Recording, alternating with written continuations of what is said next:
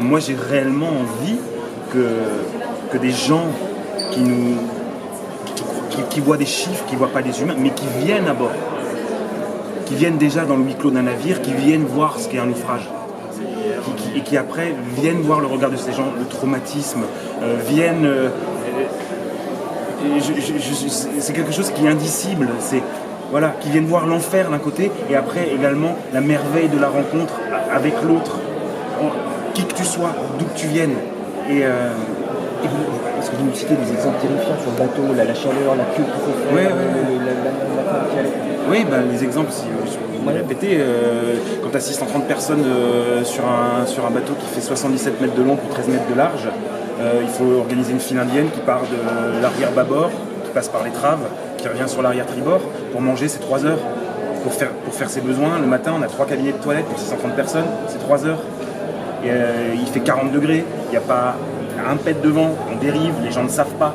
Ils sont épuisés, il y a le traumatisme du sauvetage, il y a l'enfer de ce qui s'est passé en Libye avant. Donc tu te lèves pour aller aux toilettes, tu as 2 heures, tu reviens, tu avais réussi à te faire un petit coin d'ombre, il y a quelqu'un qui a pris ta place, tu n'en peux plus, tu es à bout, il y a des tensions, et on revoit, et ces personnes ont revu les mêmes navires qu'ils ont sortis de l'eau en Libye, je parle des gardes-côtes, pour les transférer sur des navires militaires. Qu'est-ce qu'ils se disent? Un manque de respect, de considération pour la personne abjecte. Et après, on vous empêche de débarquer en Sicile et de vous repartir pour un ferry qui est aussi à temps. On repart avec 106 personnes à bord de l'Aquarius, les 500 autres personnes transférées sur 2 navires, un garde-côte, un navire militaire, qui était à même le pont, pareil, des conditions météo très rudes. La Méditerranée, c'est une mer qui fait mal, c'est une mer courte. Il y avait énormément de vent, les gens malades, se vomissant dessus, à bout de force, étant dehors sur le pont, qu'on doit rentrer en pleine nuit en les portant, en tendant des bouts sur le pont pour qu'ils puissent se tenir. On rentre pas, on n'a pas le droit de rentrer dans le shelter où il y a les femmes et les enfants. Ce soir-là, on rentre dans le shelter, on voit une maman qui allait au sein gauche, et ma collègue qui est à droite tient un sac à vomi. Dans 4 mètres de creux, 35 nœuds de vent. Après tout ça, je comprends pas.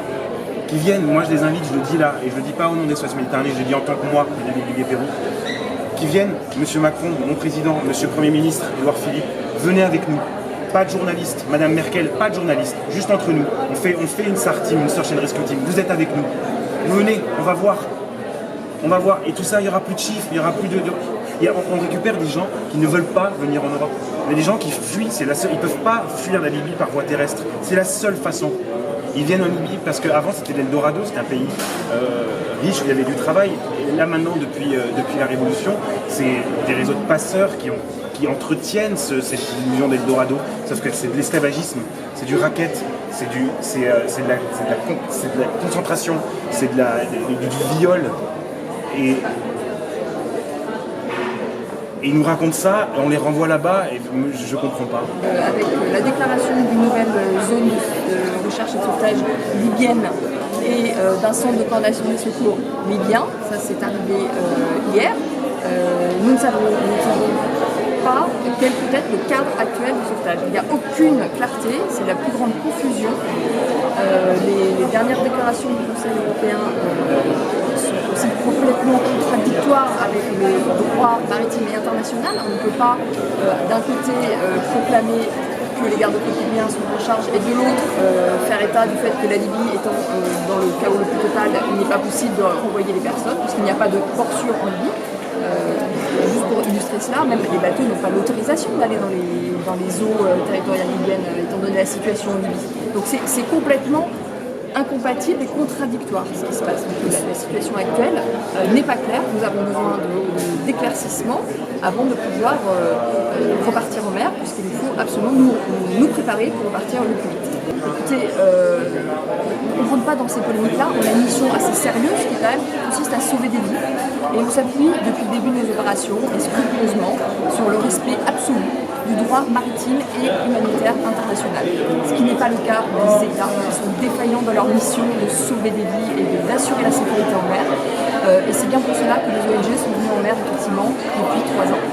Donc écoutez, nous on ne rentre pas dans ces polémiques. Par contre, on est très très préoccupés par cette détérioration progressive des conditions de sauvetage en mer situation complètement inextricable aujourd'hui. Quelle est la conséquence de cela? Ce sont des centaines de morts supplémentaires, rien que cette semaine, où il n'y avait plus de navires humanitaires. Il y a déjà 300 nouvelles victimes, on a passé largement la barre des 1000 victimes depuis le début de l'année. Tout cela, ce sont des morts annoncées et ce sont des morts évitables. Donc nous reposons la question des responsabilités face à tout cela et nous appelons chacun des États européens et l'ensemble des institutions concernées à prendre la responsabilité très rapidement et à apporter les éclaircissements nécessaires pour pouvoir offrir un cadre pour le sauvetage en mer.